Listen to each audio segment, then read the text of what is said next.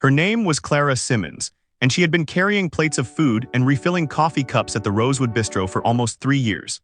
The restaurant sat on the corner of a quiet street in Nashville, Tennessee, the kind of place where locals came for the warm bread and stayed for the familiar faces.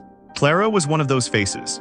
She was 26 years old. With brown hair she always kept pulled back in a neat ponytail and a smile that she gave freely to every customer who walked through the door, even on the days when her feet ached before noon and her tips barely covered her gas money home. Nobody at the restaurant knew much about Clara's life outside of work.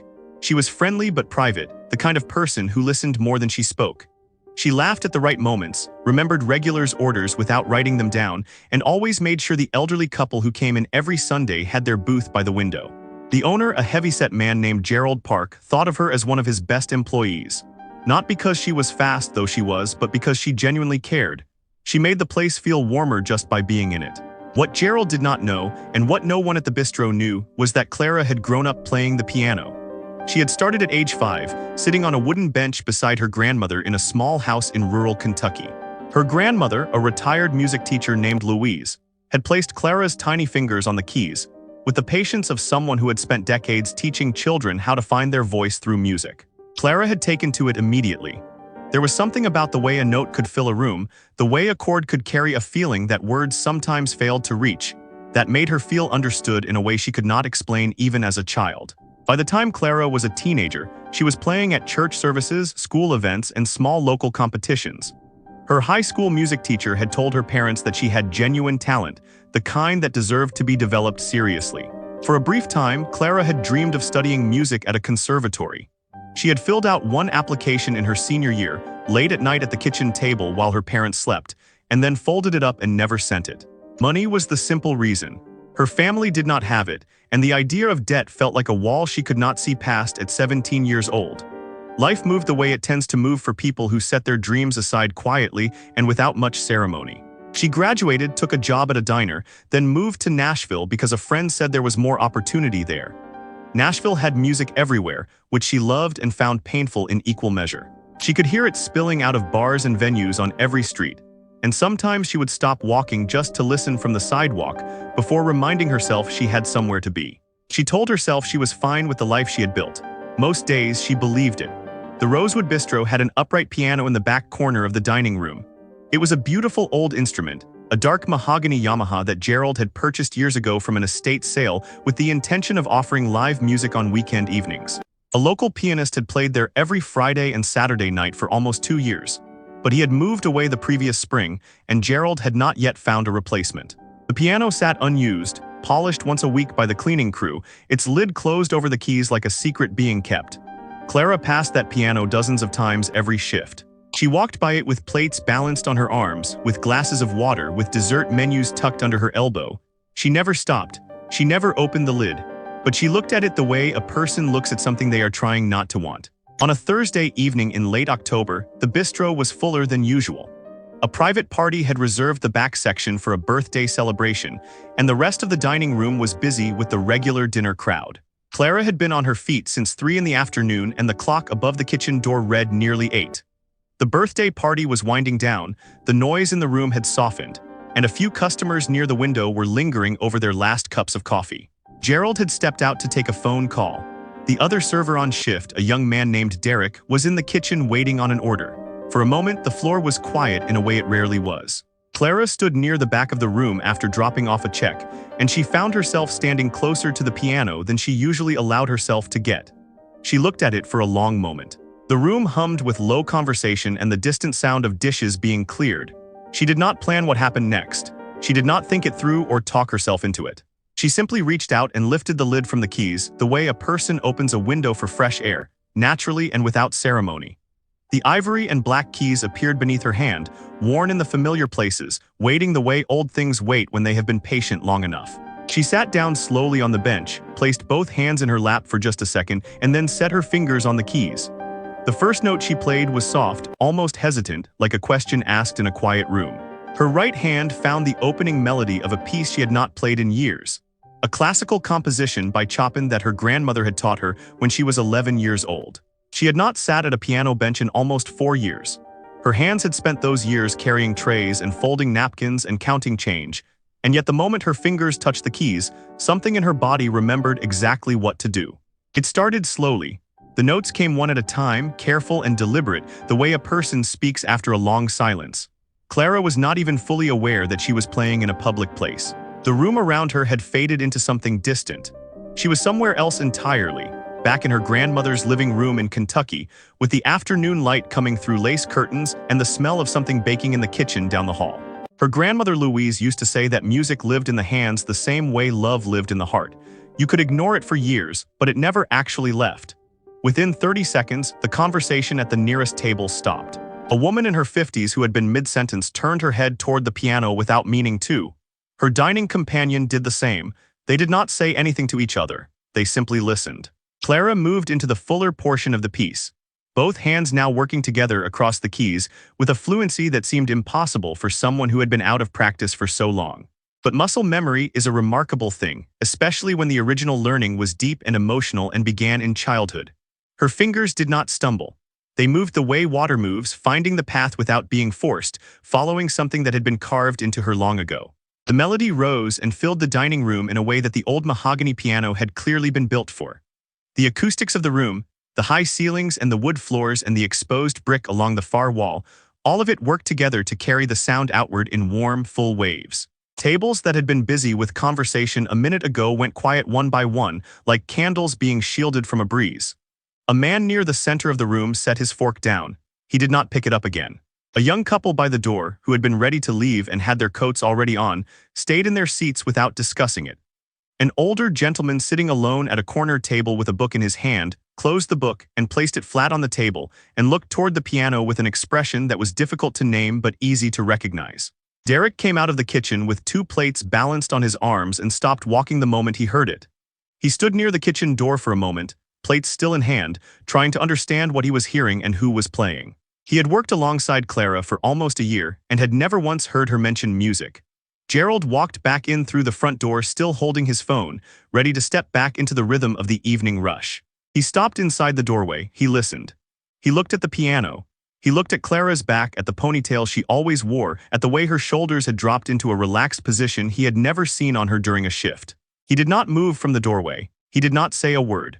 Clara played through the first movement of the piece and transitioned into something more personal, a melody she had written herself when she was 19, sitting in her apartment the week she decided not to send the conservatory application. She had never given the song a title. She had played it only a handful of times and never for anyone. It was the kind of song that comes from a specific kind of grief, quiet and private, the grief of a door you chose not to walk through. It was slower than the Chopin and simpler, and for that reason it reached further. A woman at the birthday table, the one whose celebration had wound down just minutes earlier, pressed her hand flat against her chest without noticing she had done it. Her daughter, sitting beside her, reached over and touched her arm. Neither of them spoke. The room held itself still in a way that dining rooms rarely do. There were no calls to the kitchen, no request for the check, no chairs scraping against the floor. Even the ambient noise that normally lives in a busy restaurant, the clinking of glasses, the low hum of the heating system, the distant sounds from the street outside, seemed to soften as if the building itself had decided to listen. Clara played for nearly 6 minutes in total. She did not know how long it had been. She was not tracking time.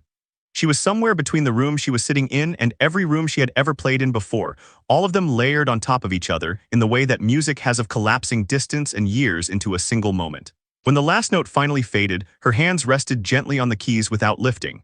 The silence that followed was not empty. It was full in the way that silences after real music tend to be, weighted and warm and shared by everyone in the room at the same time. And then from somewhere near the center of the dining room, a single person began to clap. It was the man who had set his fork down mid-meal. He was clapping slowly at first, the way a person does when they are moved beyond the point of self-consciousness, when they stop caring how they look and simply respond to what they have just experienced. Then the woman who had pressed her hand to her chest joined in. Then the couple by the door who had kept their coats on. Then Derek, still standing near the kitchen entrance with the plates finally delivered and his hands now free. One by one, every person in that dining room began to applaud. And within seconds the sound had grown into something full and genuine, and completely unexpected for a Thursday night at a neighborhood bistro in Nashville. Clara lifted her hands from the keys slowly. She turned on the bench and faced the room, and the expression on her face in that moment was not the polished smile she wore during her shifts. It was something rawer than that. Her eyes were bright and her lips were pressed together in the way a person holds themselves when emotion is rising faster than they can manage it. She had not expected anyone to be listening. She had not expected the room to have gone quiet. She had certainly not expected applause, and the sound of it seemed to reach her in stages, as if she needed a moment to understand what it meant and where it was coming from. Gerald was still standing near the front door. He began clapping too, slowly and deliberately, and he was looking at Clara with an expression that mixed surprise with something that resembled guilt. The quiet guilt of having worked alongside someone for 3 years without ever truly seeing them. He had always considered himself a good employer, attentive and fair, but standing there in the doorway of his own restaurant watching his waitress receive a standing ovation from his dinner crowd. He understood that he had known almost nothing about the person who showed up to his building 5 days a week and made it a warmer place. Clara stood from the bench. She smoothed the front of her apron, a small automatic gesture that grounded her back in the practical reality of where she was and what she was supposed to be doing. She looked out at the room and said thank you in a voice quiet enough that only the nearest tables could hear it clearly, but the words carried something in them that the whole room seemed to feel. The older gentleman in the corner who had closed his book walked over to her before she could step away from the piano. He was tall and unhurried in the way some older people are, carrying his age with a kind of ease that comes from having stopped rushing through things. He extended his hand and she shook it. He told her that he had been coming to this restaurant for 2 years, and that what she had just played was the most beautiful thing he had heard in a very long time. He asked her if she was a professional musician. Clara shook her head and told him she was a waitress. He looked at her steadily for a moment and then said, with the certainty of someone stating a simple and obvious fact, that she was not only a waitress. She did not know how to respond to that, so she smiled and thanked him again, and he returned to his corner table and picked his book back up, though he did not open it for the rest of the evening. The birthday party group stopped her as she passed their section. The woman whose celebration it had been, a lively and warm-faced woman named Barbara who had turned 60 that evening, pulled Clara gently by the arm and told her that she had just given her the best birthday gift of the night without even knowing it. Her family laughed softly around her, but Barbara's eyes were serious when she said it. Clara laughed too, the kind of laugh that is close to something else entirely. Derek pulled her aside near the kitchen door when the room had returned to its normal rhythm. He was 22 and had the tendency to express amazement with wide eyes and very few words. And he looked at her now the way someone looks at a person they thought they knew and are suddenly not sure about at all. He asked her how long she had been playing. She told him since she was 5. He stared at her for a long moment and then said that she was unbelievable and went back to work, which was about as much as Derek ever said about anything, and somehow it was enough. Gerald found her during a quiet moment between tables when she was refilling the water station near the back. He stood beside her and did not pretend that what had just happened was a small thing. He asked her why she had never told him she could play. Clara thought about the question honestly before she answered. She told him that it had never come up and that was true, but she also knew it was not the whole truth. The whole truth was more complicated than that. The whole truth involved a folded application and a grandmother who was no longer alive and 4 years of passing a piano without touching it. She did not say all of that. She just said it had been a long time since she had played for anyone. Gerald nodded. He looked over at the piano in the corner, then back at Clara. He told her that he had been looking for someone to play on Friday and Saturday evenings for months and had not found the right person. He said he should have looked closer to home. He asked her if she would be interested. Clara kept her expression steady, but something shifted behind her eyes, a door that had been closed for a very long time moving slightly on its hinges. She told him she would think about it. She spent the rest of her shift moving through the dining room the same way she always had, taking orders and refilling drinks and clearing plates, but something about the evening had changed in a way she could not fully articulate. Customers who had heard her play looked at her differently as she passed their tables, not with pity or with excessive sentiment, but with the particular kind of regard people hold for someone who has just shown them something real. It was a small thing in the large geography of a life. A 6-minute performance in a restaurant on a Thursday night. But small things have a way of mattering more than their size suggests when they arrive at exactly the right moment. Clara drove home that night with the radio off. That was unusual for her. She normally filled the 20-minute drive with music or talk radio, anything to keep the quiet from settling in too deeply. But that night she wanted to sit inside the silence and let the evening exist without commentary. The streets of Nashville moved past her windows, lit up and alive the way the city always was after dark, and she drove through it all thinking about nothing specific and everything at once. She sat at her kitchen table when she got home and made herself a cup of tea she barely drank. Her apartment was small and tidy, the apartment of someone who had learned to live efficiently within limited space. There was no piano in it. There had not been a piano in any place she had lived since leaving Kentucky. She had told herself over the years that this was simply a matter of practicality, that pianos were large and expensive, and she moved too often to make it sensible. But sitting at her kitchen table that night, she was honest enough with herself to admit that the absence had never been entirely practical. Some part of her had kept the piano out of her life the same way a person avoids a street that holds a difficult memory, not because they have forgotten it, but because they remember it too well. She thought about her grandmother Louise. She thought about the lace curtains and the afternoon light and the particular sound the bench made when you shifted your weight on it during a long practice session. Louise had died 4 years earlier, in the same season that Clara had stopped playing, and Clara had never fully examined how connected those two things were. Grief has a way of traveling with us in disguise, tucking itself into our habits and our silences and our small daily refusals, until we have carried it so long we forget it was ever a separate thing from ourselves. She went to bed that night without making a decision about Gerald's offer, but she slept better than she had in months. The following morning she called her mother in Kentucky before her shift. They spoke every week or so, easy conversations that stayed on the surface of things because both of them had grown comfortable there over the years. But that morning, Clara told her mother what had happened at the restaurant. She described the quiet that fell over the room and the applause and the man who told her she was not only a waitress. Her mother listened without interrupting, which was not always her nature, and when Clara finished there was a pause before her mother spoke. Her mother said that Louise would have loved to hear that. She said it simply, without drama, the way a true thing can be said. Clara pressed her lips together and looked at the ceiling of her apartment and agreed that yes, she would have. She went to work that Friday and told Gerald she would do it. He nodded like he had already known she would, and said they would work out the details and that she could start that same evening if she felt ready. She said she felt ready. She was not entirely sure that was true, but she said it anyway, because sometimes you have to say a thing before you fully become it. That Friday night Clara performed as a pianist at the Rosewood Bistro for the first time. She wore the same black shirt she wore as a server, but exchanged her apron for a simple cardigan her mother had given her 2 Christmases ago. She sat at the mahogany Yamaha at 8 in the evening and played for 90 minutes. She played Chopin and she played a little Bill Evans and she played 2 songs she had written herself, including the one with no title, the one born from the grief of the door she had not walked through. The room filled and stayed filled in a way that Gerald later said he had not seen on a Friday night in over a year. People asked Gerald afterward who the pianist was.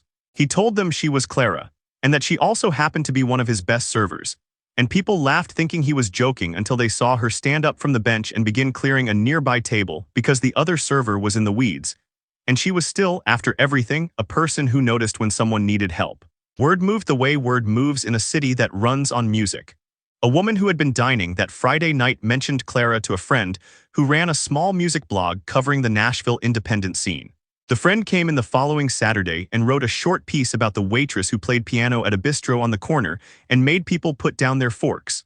The piece was not long and the blog was not large, but it found its way to the right people the way honest writing sometimes does. Within 3 weeks, Clara had been contacted by 2 other venues about performing. She did not quit her job at the bistro. She did not make any sudden or dramatic changes to the shape of her life. She was practical by nature and had learned not to trust the sudden version of anything. But she began practicing again in the evenings, using a small digital keyboard she bought second-hand from a musician moving out of his apartment on the east side of the city. She set it up on her kitchen table and played after dinner, softly enough not to disturb her neighbors, and the sound of it filled her small apartment in a way that nothing else ever quite had. She never did give that song a title, but she played it often, and every time she reached the final chord and let it fade into the room around her, she thought of her grandmother and the lace curtains and all the years between then and now. And she was grateful for every one of them, even the hard ones, because they had all been part of carrying her back to those keys. Like, share, and subscribe, don't miss it.